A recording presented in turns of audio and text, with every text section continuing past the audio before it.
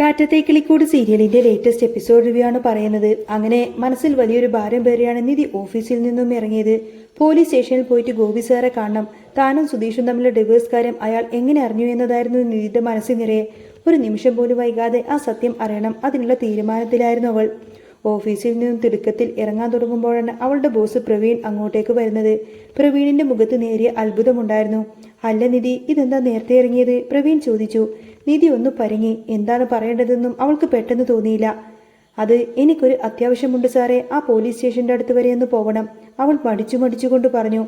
ആണോ, ഞാൻ ആ വഴിക്കാണല്ലോ പോകുന്നത്. നിധി വായോ, എന്റെ കാറിൽ കയറിക്കോ, പ്രവീൺ വളരെ സ്വാഭാവികമായി പറഞ്ഞു. ഏയ് വേണ്ട സാറേ, ഞാൻ ഇവിടെ നിന്നും ഒരു ഓട്ടോ വിളിച്ചു പോയിക്കോളാം. നിധി പെട്ടെന്ന് നിരസിച്ചു. അവൾക്ക് പ്രവീണിനൊപ്പം പോകുന്നതിൽ ചെറിയൊരു ബുദ്ധിമുട്ട് തോന്നി. എന്തിനാ നിധി വെറുതെ ബുദ്ധിമുട്ടുന്നത്? ഞാൻ ആ വഴിക്കലേ പോകുന്നത്, ധൈര്യമായിട്ട് കാറിലേക്ക് കയറിക്കോ, പ്രവീൺ നിർബന്ധിച്ചു. അവന്റെ നിർബന്ധത്തിന് വഴങ്ങി നിധി കാറിൽ കയറി. മനസ്സിൽ 100 ചോദ്യങ്ങളായിരുന്നു. അവൾ ആ ഒരു യാത്ര തുടർന്നു. ഇതേ സമയം വീട്ടിൽ സുധീഷ് വലിയൊരു സന്തോഷത്തിലായിരുന്നു. പിറ്റേ ദിവസം നിധിയുടെ ജന്മദിനമാണ്. അത് ഗംഭീരമായി തന്നെ ആഘോഷിക്കണമെന്നൊരു വാശി അവനുണ്ടായിരുന്നു. നിധി ജോലി കഴിഞ്ഞു വരുമ്പോഴേക്കും വലിയൊരു സർപ്രൈസ് ഒരുക്കി വെക്കണം. തലേ ദിവസം രാത്രി തന്നെ ഒരു കേക്ക് കട്ടിങ്ങും ചെറിയൊരു ആഘോഷമൊക്കെ കഴിഞ്ഞു നിന്നു. എങ്കിലും ഇന്നത്തെ ദിവസം അതിഗംഭീരമായി എന്ന് അവന് തോന്നി. വീടിന്റെ ഹാള് മുഴുവൻ അവൻ അലങ്കാരപ്പണികൾ തുടങ്ങി. വർണ്ണാഭമായ ബലൂണുകളും തോരണങ്ങളും കൊണ്ട് അവൻ ആ വീടിനെ ഉത്സവപ്പറമ്പാക്കി മാറ്റി. അവന്റെ കണ്ണുകളിൽ വല്ലാത്ത തിളക്കമുണ്ടായിരുന്നു. പെട്ടെന്നാണ് ഭാസ്കരൻ അങ്ങോട്ടേക്ക് വന്നത്. ഹാളിൽ അലങ്കാരങ്ങൾ കണ്ടപ്പോൾ അയാളുടെ മുഖം ചുളിഞ്ഞു. ഇതെന്താടാ ഇതൊക്കെ? അയാൾ ഈർഷ്യത്തോടെ ചോദിച്ചു. അതച്ചാ, നിധിയുടെ ബർത്ത്ഡേ അല്ലേ? സുധീഷ് വളരെ സന്തോഷത്തോടെ പറഞ്ഞു. എടാ, അതൊക്കെ ഇന്നലെ രാത്രി ആഘോഷിച്ചതല്ലേ, ഇത് ഇന്നും ആഘോഷമാക്കണോ? ഭാസ്കരന്റെ ശബ്ദത്തിൽ പരിഹാസം നിറഞ്ഞു നിന്നു. അല്ല, ഇന്നൊന്ന് ഗംഭീരമായിട്ട് ആഘോഷിക്കാൻ തന്നെ തീരുമാനിച്ചു, സുധീഷ് പറഞ്ഞു. അച്ഛ, വെറുതെ ഇടക്ക് കയറി പ്രശ്നമുണ്ടാക്കരുത് കേട്ടോ. അച്ഛൻ ഇങ്ങോട്ടേക്ക് വരണ്ട, അങ്ങോട്ടേക്ക് മാറി നിൽക്ക്, സുധീഷ് അയാളെ വിലക്കി. അച്ഛൻ വന്നാൽ ശരിയാകത്തില്ല. ആ കേക്കും കളഞ്ഞ് ഇനിയിപ്പോൾ ഇതൊന്നും കൂടി നശിപ്പിക്കാനായിരിക്കും, സുധീഷ് പിറുപിറുത്തുകൊണ്ട് പറഞ്ഞു. അപ്പോഴേക്കും ഭാസ്കരൻ അടുത്ത് കിടക്കുന്ന ആ ഒരു ബലൂണങ്ങ് ചവിട്ടി. അത് വലിയ ശബ്ദത്തോടെ പൊട്ടി. ദേ കണ്ടില്ലേ, വന്ന് കയറിയതേ ഉള്ളൂ, അപ്പോഴേക്കും തുടങ്ങി, സുധീഷ് ദേഷ്യത്തോടെ പറഞ്ഞു.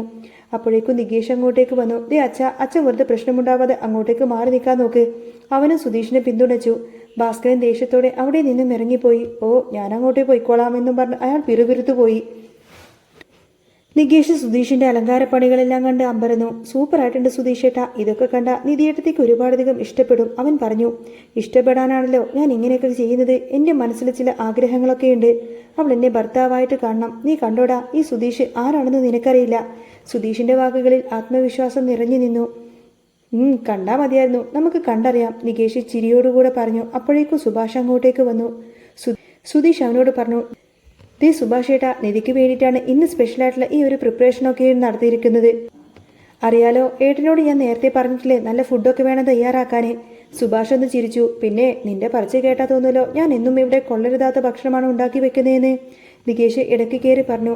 സുധീഷ് ഏട്ടനെ ഇപ്പോൾ ഒരു പുച്ഛമായി തുടങ്ങിയിട്ടുണ്ട്. ഏയ് അങ്ങനെയൊന്നുമില്ല, ഞാൻ ചുമ്മാ പറഞ്ഞതേ ഉള്ളൂ, സുധീഷ് ചിരിച്ചുകൊണ്ട് പറഞ്ഞു. പ്രവീണിന്റെ കാറിൽ യാത്ര ചെയ്യുകയായിരുന്ന നിധിയുടെ മനസ്സിൽ വല്ലാത്ത അസ്വസ്ഥതയായിരുന്നു. അപ്പോഴാണ് അവളുടെ ഫോണിലേക്ക് കൂട്ടുകാരിയുടെ കോള് വന്നത്. കൂട്ടുകാരി അവൾക്ക് ജന്മദിനാശംസകൾ നേർന്നു. പിന്നെ കേക്ക് കട്ടിങ്ങും പരിപാടികളൊക്കെ എങ്ങനെയുണ്ടായിരുന്നു? കൂട്ടുകാരി ചോദിച്ചു. അത് പിന്നെ രാത്രിയിൽ ചെറിയ തോതിൽ ഒന്ന് കേക്ക് കട്ട് ചെയ്തു, അത്രയേ ഉള്ളൂ. അത്ര വലിയ ആഘോഷമൊന്നുമില്ലായിരുന്നു, നിധി പറഞ്ഞു. കോൾ കട്ട് ചെയ്ത് കഴിഞ്ഞപ്പോൾ പ്രവീൺ ചോദിച്ചു. അല്ല, ആരുടെ ബർത്ത്ഡേയുടെ കാര്യമായി പറയുന്നത്? അതെന്താ, എന്റെ ബർത്ത്ഡേ ആണെന്ന് നിധി മടിയോടുകൂടെ പറഞ്ഞു. പ്രവീണിന്റെ മുഖത്ത് അത്ഭുതം നിറഞ്ഞു. ഓഹോ, എന്നിട്ടാണോ പറയാതിരുന്നത്? കമ്പനിയിൽ വെച്ച് പറയാമായിരുന്നില്ലേ? നമുക്ക് അടിച്ചു പൊളിച്ച് അവിടെ വെച്ച് ആഘോഷിക്കാമായിരുന്നല്ലോ. ഒരു വാക്ക് പറഞ്ഞുകൂടായിരുന്നോ? പ്രവീൺ ചോദിച്ചു. അല്ല, അതിന് മാത്രം ഒന്നുമില്ല എന്ന് നിധി പറഞ്ഞു. ഇപ്പോഴാണോ പറയുന്നത്? പ്രവീൺ പെട്ടെന്ന് തന്നെ കാറ് ഹൈവേയിലെ റോഡ് സൈഡിലേക്ക് നിർത്തി. അവൻ പുറത്തിറങ്ങി അടുത്തുള്ള ഒരു കടയിൽ നിന്നും കുറച്ച് സ്വീറ്റ്സൊക്കെ വാങ്ങിച്ച് നിധിക്ക് കൊണ്ടുവന്നു കൊടുത്തു. നേരത്തെ പറയാമായിരുന്നല്ലോ, നമുക്ക് ഓഫീസിൽ വെച്ച് നല്ല അടിപൊളിയായിട്ട് തന്നെ എല്ലാവരുമായിട്ട് ആഘോഷിക്കാമായിരുന്നില്ലേ? പ്രവീൺ വീണ്ടും പറഞ്ഞു. നിധിക്ക് അത് വല്ലാത്ത ബുദ്ധിമുട്ടായി തോന്നി. പോലീസ് സ്റ്റേഷന്റെ അടുത്ത് എത്തിയപ്പോൾ നിധി പറഞ്ഞു. ഇവിടെ നിർത്തിയാൽ മതി സാറേ. അല്ല, ഞാൻ കൂടെ ഇറങ്ങി വരണോ? പ്രവീണ് ചോദിച്ചു. വേണ്ട, എനിക്കൊരു സാറിനെ കാണേണ്ട കാര്യമുണ്ടായിരുന്നു, അതുകൊണ്ട് വന്നതാ, നിധി പറഞ്ഞു. ശരി, നിന്റെ ആവശ്യം കഴിഞ്ഞാൽ നീ വിളിച്ചാൽ മതി, ഞാൻ എന്താണെങ്കിലും ഇതിന്റെ തൊട്ട് അപ്പുറത്ത് തന്നെ ഉണ്ടാവും, പ്രവീണ് പറഞ്ഞു. നിധി സമ്മതിച്ചു. അവൾ കാറിൽ നിന്നിറങ്ങി നേരെ പോലീസ് സ്റ്റേഷന്റെ നടന്നുപോയി. ഗോപി സാറിനെ കാണാൻ വേണ്ടിയാണ് അവൾ അകത്തേക്ക് കയറിപ്പോയത്. ഗോപി സാർ അവളെ കണ്ട് അത്ഭുതപ്പെട്ടു. എന്താ നിധി, നീ എന്താ വന്നത്? അയാൾ ചോദിച്ചു. സാറേ, എനിക്ക് സാറിനോട് ചില കാര്യങ്ങളൊക്കെ ചോദിക്കാനുണ്ടായിരുന്നു. നിധി നേരെ കാര്യത്തിലേക്ക് കടന്നു. എന്ത് കാര്യങ്ങൾ? അല്ല, ഞാനും സുധീഷും തമ്മിലുള്ള ഡിവേഴ്സിനെ പറ്റിയിട്ട് സാർ വിളിച്ചു ചോദിക്കുന്നുണ്ടായിരുന്നല്ലോ, അതെങ്ങനെയാ സാർ അറിഞ്ഞത്? നിധി ചോദിച്ചു. ഗോപി സാർ അവളെ ഒന്ന് സൂക്ഷിച്ചു നോക്കി. അല്ല, നിധിക്ക് അവിടെ എന്തെങ്കിലും പ്രശ്നമുണ്ടോ? അയാൾ ചോദിച്ചു. എനിക്കൊരു പ്രശ്നവുമില്ല വീട്ടിൽ. പിന്നെന്തിനാ നിധി ഡിവേഴ്സിന് വേണ്ടിയിട്ട് അപ്ലൈ ചെയ്തിരിക്കുന്നത്? അത് പിന്നെ സാറേ, എനിക്ക് സുധീഷുമായിട്ട് ഒത്തുപോവാൻ പറ്റാത്തതുകൊണ്ടാണ്. നിധി തല താഴ്ത്തിക്കൊണ്ട് പറഞ്ഞു. അതെ, സുധീഷ് എന്നെ കാണാൻ വന്നിട്ടുണ്ടായിരുന്നു. നിധിയും സുധീഷും തമ്മിലുള്ള ഡിവേഴ്സിനെ കുറിച്ചൊക്കെ പറഞ്ഞിരുന്നു. എനിക്കത് കേട്ട് കഴിഞ്ഞപ്പോൾ പാവം തോന്നി. പാവമല്ലേ അവൻ, വെറുതെ എന്തിനാ? നിങ്ങൾ സ്നേഹിച്ച് കല്യാണം കഴിച്ചവരല്ലേ, ഇങ്ങനെ പെട്ടെന്ന് ഡിവേഴ്സ് ചെയ്യേണ്ട വല്ല കാര്യമുണ്ടോ? ഗോപി സാർ ചോദിച്ചു. നിധി ഒരു നിമിഷം അങ്ങ് തരിച്ചു നിന്നു. സ്നേഹിച്ച് കല്യാണം കഴിച്ചോ? അങ്ങനെയൊന്നും ഒരിക്കലുമല്ല. കല്യാണം കഴിച്ചത് അങ്ങനെയല്ല, അവൾ അത്ഭുതത്തോടെ പറഞ്ഞു. ആ സമയത്ത് തന്നെ എസ് ഐ അങ്ങോട്ടേക്ക് വന്നു. എന്താടാ ഗോപി, ഇതെന്താ കേസാ ഇവിടെ? എസ് ഐ ചോദിച്ചു.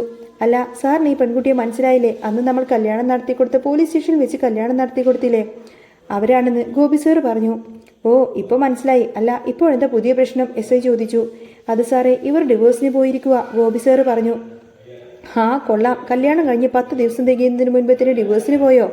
ഇതാ ഞാൻ പറയുന്നത്, ഈ പ്രേമ കല്യാണം, ഒളിച്ചോടി പറക്കുന്ന കല്യാണമൊന്നും ഒരിക്കലും ശരിയാവില്ല എന്ന്. വെറുതെ ഓരോ നൂലാമാലകളും പ്രശ്നങ്ങളും. അല്ല, ഇനിയിപ്പോൾ ഡിവോഴ്സും കൂടി നമ്മൾ മേടിച്ചു കൊടുക്കണോ? അതൊന്നും ഇവിടെയല്ല എൻ്റെ കൊച്ചെ. അത് കോടതിയിൽ ചെന്നാലേ ഡിവോഴ്സൊക്കെ കിട്ടത്തുള്ളൂ.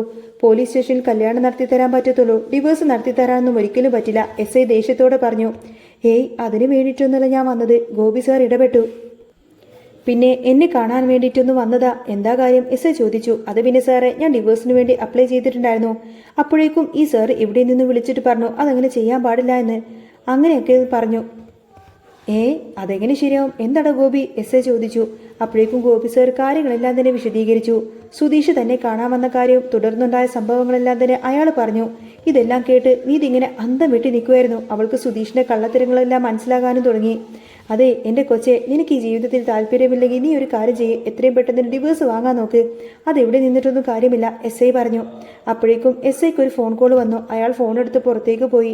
നിധി ഗോപി സാറിനോട് നന്ദി പറഞ്ഞ് തിരിഞ്ഞു നടക്കാൻ തുടങ്ങുമ്പോഴാണ് അവൾക്ക് മറ്റൊരു കാര്യം ഓർമ്മ വന്നത്. അവൾ തിരികെ ഗോപി സാറിൻ്റെ അടുത്തേക്ക് ചെന്ന് ചോദിച്ചു. അല്ല സാറേ, ഞാനൊരു കാര്യം ചോദിക്കട്ടെ? ഈ വിവാഹം നടക്കണമെങ്കിൽ ആധാർ കാർഡും പ്രൂഫും ഒക്കെ വേണ്ടേ? അതല്ലാതെ അതൊക്കെ നടക്കുമോ? അത് വേണോ? അതില്ലാതെ ഒന്നും നടക്കില്ല, ഗോപി സാർ പറഞ്ഞു. പിന്നെ എങ്ങനെയാണ് എൻ്റെയും സുധീഷിൻ്റെയും കല്യാണം നടന്നത്? നിധി ചോദിച്ചു. അത് കൊള്ളാലോ, ആധാർ കാർഡിന്റെ കോപ്പി തന്നിട്ടുണ്ടായിരുന്നല്ലോ, ഗോപി സാർ പറഞ്ഞു. ആധാർ കാർഡിന്റെ കോപ്പിയോ? നിധി ഞെട്ടിപ്പോയി. അതെ, സുധീഷ് തന്നിട്ടുണ്ടായിരുന്നു, ഗോപി സാർ സ്ഥിരീകരിച്ചു. നിധിക്ക് അതൊരു പുതിയ അറിവായിരുന്നു. അവൾ ശരിക്കും അങ്ങ് ഞെട്ടിപ്പോയി. ഇത്രയും നാൾ സുധീഷ് മറച്ചുവെച്ച ആ ഒരു വലിയ രഹസ്യം അവിടെ പുറത്തു വന്നിരിക്കുന്നു. സുധീഷ് ആധാർ കാർഡ് തന്നോ? നിധിക്ക് വിശ്വസിക്കാൻ കഴിഞ്ഞില്ല. പിന്നെ ആധാർ കാർഡും കോപ്പിയും തന്നിട്ടില്ലേ നിങ്ങളുടെ കല്യാണം നടത്തിയിരിക്കുന്നത്? അന്നല്ലേ രജിസ്റ്റർ ചെയ്തിരിക്കുന്നത്? അല്ല, ചുമ്മാ ഞങ്ങൾക്ക് ഇങ്ങനെ മാരേജ് നടത്താൻ പറ്റുമോ? ഗോപി സാർ ചോദിച്ചു. നിധിയുടെ മനസ്സിലൂടെ അന്നത്തെ കാര്യങ്ങളൊക്കെ ഓർമ്മ വന്നു. അപ്പോൾ ആ ആധാർ കാർഡ് കയ്യിലില്ല എന്ന് പറഞ്ഞത് വെറുതെ ആയിരുന്നു, പച്ചക്കള്ളമായിരുന്നു. സുധീഷിന് എങ്ങനെ എൻ്റെ ആധാർ കാർഡ് കിട്ടി? ആകപ്പാട് 100 ചിന്തകളായിരുന്നു അവളുടെ മനസ്സിൽ. പോലീസ് സ്റ്റേഷനിൽ നിന്നും ഇറങ്ങിയ നിധിയെ കാത്ത് പ്രവീൺ പുറത്തു നിൽക്കുന്നുണ്ടായിരുന്നു. അവൾ വരുന്നത് കണ്ട് അവൻ കാറിന്റെ ഡോറ് തുറന്നു കൊടുത്തു. കയറ്, ഞാൻ വീട്ടിൽ കൊണ്ടുപോയിട്ടാക്കാം, പ്രവീൺ പറഞ്ഞു. വേണ്ട സാറേ, ഞാൻ പോയിക്കോളാം, നിധി വീണ്ടും വിസമ്മതിച്ചു. പക്ഷേ പ്രവീൺ സമ്മതിച്ചില്ല. അവൾ വീണ്ടും കാറിൽ കയറി. യാത്രക്കിടയിൽ അവളുടെ മനസ്സ് സുധീഷിന്റെ കള്ളത്തരങ്ങളെക്കുറിച്ചുള്ള ചിന്തകൾ മാത്രമായിരുന്നു. വീടിന്റെ അടുത്തേക്ക് എത്തിയപ്പോൾ നിധി വളരെ മര്യാദയോടെ പറഞ്ഞു. അതെ സാറേ, വീട്ടിലൊന്ന് കയറിയിച്ചു വാ. അവൾക്കറിയില്ലായിരുന്നു വീട്ടിൽ അവൾക്കായിട്ട് ഒരു വലിയ സർപ്രൈസ് ഒരുക്കി വെച്ചിട്ടുണ്ട് എന്ന കാര്യം. അതൊന്നും സാരമില്ല, ഞാൻ പോയിക്കോളാം, പ്രവീൺ പറഞ്ഞു. സാർ എന്നെ ഇവിടം വരെ കൊണ്ടുവന്നതല്ലേ, എനിക്ക് വേണ്ടിയിട്ട് ഒരു ഉപകാരം ചെയ്തു കഴിയുമ്പോൾ ഇവിടം വരെ വന്നിട്ട് സാർ പോയാൽ എങ്ങനെയാ? നിധി നിർബന്ധിച്ചു. പ്രവീണിന്റെ കാറ് വരുന്നത് സുധീഷ് കണ്ടിരുന്നു. നിധി അതിൽ നിന്നും ഇറങ്ങിയതും പ്രവീണുമായി സംസാരിക്കുകയൊക്കെ ചെയ്യുന്നത് കണ്ടപ്പോൾ സുധീഷിന്റെ ഉള്ളിൽ വല്ലാത്തൊരു അങ്കലാപ്പുണ്ടായി. അപ്പോഴേക്കും ഭാസ്കരൻ പുറത്തേക്ക് ഇറങ്ങി വന്നു. ആരാണത്? അയാൾ ചോദിച്ചു. അതാണ് നിധിയെടുത്തിയുടെ ബോസ്, നികേഷ് പറഞ്ഞു. ആഹാ, കൊള്ളാലോ, നല്ല സ്മാർട്ട് ആണല്ലോ, ഒരു ജെന്റിൽമാൻ ലുക്കൊക്കെ ഉണ്ടല്ലോ, ഭാസ്കരൻ പ്രവീണിനെ പുകഴ്ത്തി. സുധീഷിന് അത് കേട്ടപ്പോൾ തലക്ക് ചുറ്റികാടിയേറ്റതുപോലെ അങ്ങ് തോന്നി. അവൻ സ്വപ്നത്തിൽ പോലും ഇങ്ങനൊരു സംഭവം പ്രതീക്ഷിച്ചിരുന്നില്ല. പ്രവീൺ അങ്ങോട്ടേക്ക് വരുന്നത് അവൻ ഒട്ടും തന്നെ ഇഷ്ടപ്പെട്ടില്ല. പ്രവീൺ വീടിന്റെ മുറ്റത്തേക്ക് വന്നു. കയറി വാ സാറേ, സുഭാഷ് അവനെ സ്വാഗതം ചെയ്തു. ഞാൻ പോയിക്കോളാം, പ്രവീണ് പറഞ്ഞു. ഇവിടെ വരെ വന്നിട്ട് എങ്ങനെയാ പോകുന്നത്? ഇങ്ങോട്ടേക്ക് കയറി വാ, സുഭാഷ് നിർബന്ധിച്ചു. പ്രവീൺ അകത്തേക്ക് കയറി വീടിന്റെ ഉൾവശം മുഴുവൻ അലങ്കരിച്ചിരിക്കുന്നത് കണ്ടപ്പോൾ തന്നെ അവൻ അത്ഭുതപ്പെട്ടു. സുധീഷ് നികേഷിനെ ദേഷ്യത്തോടെയൊന്ന് നോക്കി. ആഹാ, കൊള്ളാലോ, ഇവിടെയൊക്കെ നന്നായിട്ട് അലങ്കരിച്ചിട്ടുണ്ടല്ലോ. നിധിയുടെ ബർത്ത്ഡേ ആയിരിക്കുന്നത് കൊണ്ടായിരിക്കുമല്ലേ? പ്രവീണ് ചോദിച്ചു. അതെ, നിധിയെടുത്തിയുടെ ബർത്ത്ഡേക്ക് വേണ്ടിയിട്ട് സുധീഷേട്ടൻ ഇതൊക്കെ തയ്യാറാക്കിയതാ, നികേഷ് പറഞ്ഞു. ഇതൊക്കെ പറയാൻ വേണ്ടി സുധീഷ് നേരത്തെ തന്നെ അവനെ ചട്ടം കെട്ടിയിരുന്നു. നിധി സുധീഷിനെ ദേഷ്യത്തോടെ നിന്ന് നോക്കി. അവളുടെ ഉള്ളിൽ വല്ലാത്ത അമർഷം പുകയുന്നുണ്ടായിരുന്നു. പിന്നീട് കേക്ക് കട്ടിംഗ് ചടങ്ങുകളെല്ലാം നടത്തി. നിധിക്ക് അതിൽ യാതൊരുവിധ താല്പര്യവുമില്ലായിരുന്നു. പക്ഷേ തന്റെ ബോസും സുഭാഷൊക്കെ അവിടെ നിൽക്കുന്നത് കണ്ടപ്പോൾ അവൾക്ക് എതിർപ്പൊന്നും പ്രകടിപ്പിക്കാൻ കഴിഞ്ഞില്ല. മനസ്സില്ലാ മനസ്സോടുകൂടെ അവൾ ആ കേക്ക് കട്ട് ചെയ്തു. പ്രവീണും അതിൽ പങ്കുചേർന്നു. ഫുഡ് കഴിച്ചു പോയാൽ മതിയെന്ന് സുഭാഷേട്ടൻ പ്രവീണിനോട് പറഞ്ഞു. പ്രവീണ് ഫുഡൊക്കെ കഴിച്ചിട്ടാണ് അവിടെ നിന്നും പോയത്. സുധീഷിന് ഇതെല്ലാം കണ്ട് സഹിക്കാൻ കഴിഞ്ഞില്ല. പ്രവീൺ പോയതിനു ശേഷം ആ വീട്ടിലേക്ക് നീതുവും അവിനാശിന്റെ പെങ്ങൾ ചാന്ദിനിയും വന്നു. അവരെയും സുധീഷ് വിളിച്ചിട്ടുണ്ടായിരുന്നു. നിധി ഒരിക്കലും ഇവരൊക്കെ അവിടെ പ്രതീക്ഷിച്ചിട്ടുണ്ടായിരുന്നില്ല. അവരും വന്ന് ആഹാരമെല്ലാം കഴിച്ചിട്ടാണ് പോയത്. എല്ലാവരും പോയതിനു ശേഷം നിധി സുധീഷിനോട് പറഞ്ഞു, അതെ, നമുക്കൊന്ന് പുറത്തു പോയാലോ? സുധീഷിനത് കേട്ടപ്പോൾ വലിയ സന്തോഷം തോന്നി. തന്നെ പുറത്തേക്ക് വിളിച്ചുകൊണ്ട് പോകുന്നത് തന്നോടുള്ള സ്നേഹ കൂടുതലോട്ട് കൊണ്ടാണെന്ന് അവൻ തെറ്റിദ്ധരിച്ചു. ഓക്കെ, അവൻ സന്തോഷത്തോടെ സമ്മതിച്ചു. അവർ സ്കൂട്ടിയിലാണ് പോയത്. സുധീഷ് നിധിയോട് ഓടിക്കാൻ പറഞ്ഞു. അവൾക്ക് ചെറിയൊരു പേടിയുണ്ടായിരുന്നു. എങ്കിലും സുധീഷ് പിന്നിൽ കയറിയിരുന്നു. അവൾ നേരെ പോയത് ബീച്ചിലേക്കാണ്.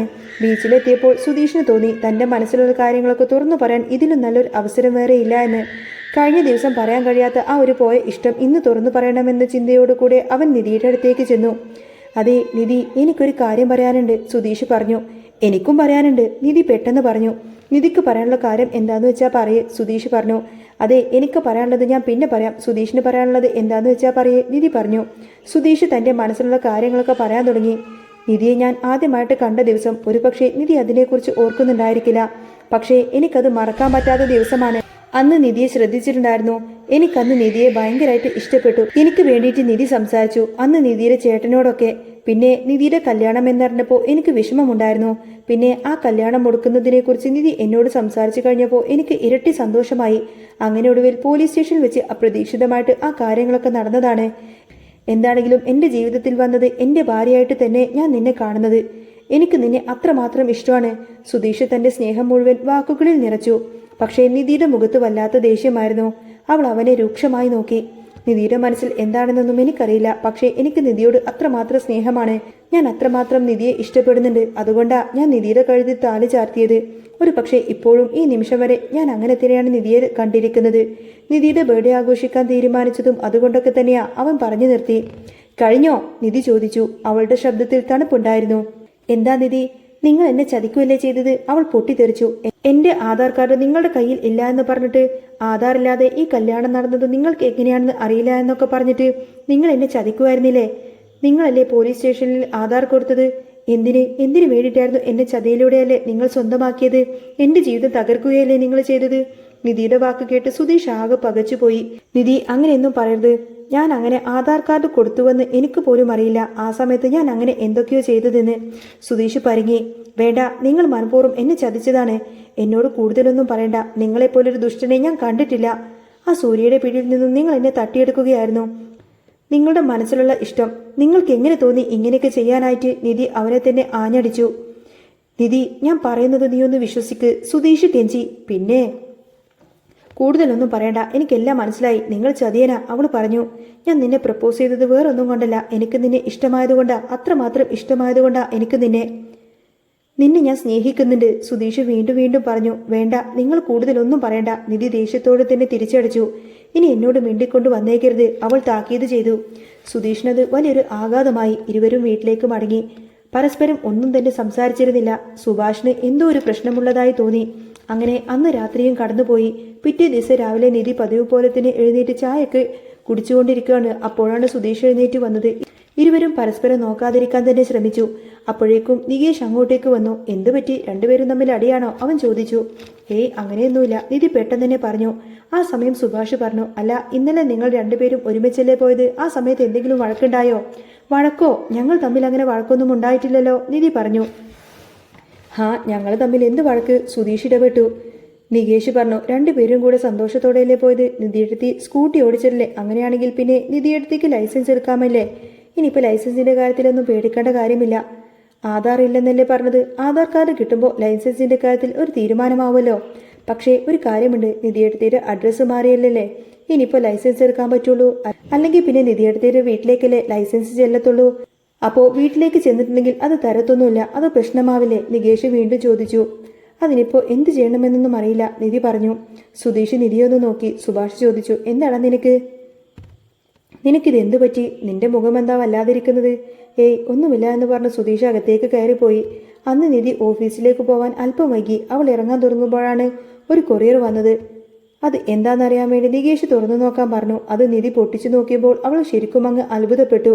അത് അവളുടെ ആധാർ കാർഡും ലൈസൻസിന് വേണ്ടിയിട്ടുള്ള ആ ഒരു പേപ്പറുകളൊക്കെ തന്നെയായിരുന്നു. അതെല്ലാം നേരത്തെ തന്നെ ശരിയാക്കി വെച്ചിട്ടുണ്ടായിരുന്നു. നിധിക്കൊന്നും മനസ്സിലായില്ല. അവളുടെ അഡ്രസ്സും കാര്യങ്ങളൊക്കെ നോക്കിയപ്പോൾ അതിൽ വൈഫ് ഓഫ് സുധീഷ് എന്ന് എഴുതിയിട്ടുണ്ടായിരുന്നു. ആധാർ കാർഡിലെ അഡ്രസ്സ് എല്ലാം മാറ്റിയിരിക്കുന്നു. ഇതെങ്ങനെ സംഭവിച്ചു? നിധിക്ക് യാതൊരുവിധ എത്തും പിടിയും കിട്ടുന്നില്ല. അഡ്രസ്സ് മാറ്റാതെ ഒരിക്കലും ഈ വീട്ടിലേക്ക് ഇത് വരത്തില്ലല്ലോ. അപ്പോഴേക്കും അവൾക്കൊരു കാര്യം മനസ്സിലായി. ഇതെല്ലാം സുധീഷിന്റെ പണിയാണ്. ലൈസൻസ് എടുക്കുന്നതിന് വേണ്ടിയിട്ടുള്ള കാര്യങ്ങളൊക്കെ അവൻ നേരത്തെ തന്നെ ചെയ്തു വെച്ചിരുന്നു. അവൾ സുധീഷിനെ നോക്കി ചോദിച്ചു, നിങ്ങളാണോ സുധീഷ് ഇതൊക്കെ കാണിച്ചു വെച്ചിരിക്കുന്നത്? അതെ, സുധീഷ് പറഞ്ഞു. നിന്റെ ആധാർ തിരുത്താനായിട്ട് ഞാൻ അവിടെ ചെന്നു കൊടുത്തതാ. കാരണം നിനക്കിവിടെ ലൈസൻസും കാര്യങ്ങളൊക്കെ കിട്ടണമെങ്കിൽ ആധാർ കാര്യങ്ങളൊക്കെ മാറ്റണല്ലോ. അല്ലെങ്കിൽ നിന്റെ വീട്ടിലെ അഡ്രസ്സിൽ അയച്ചിട്ടുണ്ടെങ്കിൽ അതൊരിക്കലും നിന്റെ കയ്യിൽ കിട്ടത്തില്ലല്ലോ. ഇനിയിപ്പോൾ നിനക്കതിൽ താല്പര്യമില്ലെങ്കിൽ, വൈഫ് ഓഫ് സുധീഷ് എന്ന പേരിൽ അറിയപ്പെടാൻ താല്പര്യമില്ല എങ്കിൽ കുഴപ്പമൊന്നുമില്ല. ഡിവേഴ്സ് കഴിയുമ്പോൾ അതൊക്കെ മാറ്റിക്കോ. അതുവരെ ഇങ്ങനെ ഇരുന്നോട്ടെ. സുധീഷ് പറഞ്ഞത് കേട്ട് നിധി ഒന്ന് പതറി. അവളുടെ മനസ്സിൽ അവനോടുള്ള ദേഷ്യവും അതേസമയം അവൻ ചെയ്ത ആ ഒരു കരുതലും തമ്മിൽ വലിയൊരു പോരാട്ടം നടക്കുന്നുണ്ടായിരുന്നു. വരും ദിവസങ്ങളിൽ അവർക്കിടയിൽ ഇനി എന്ത് സംഭവിക്കും? ആ ഒരു ചോദ്യം ബാക്കിയാക്കിക്കൊണ്ടാട്ടോ ഈ ഒരു ദിവസം കടന്നു പോകുന്നത്. അങ്ങനെ കാറ്റത്തെ കിളിക്കൂടിൽ ഇനി വരാൻ പോകുന്നത് നല്ല സൂപ്പർ അടിപൊളി ത്രില്ലിംഗ് എപ്പിസോഡുകളൊക്കെ തന്നെയാണ്.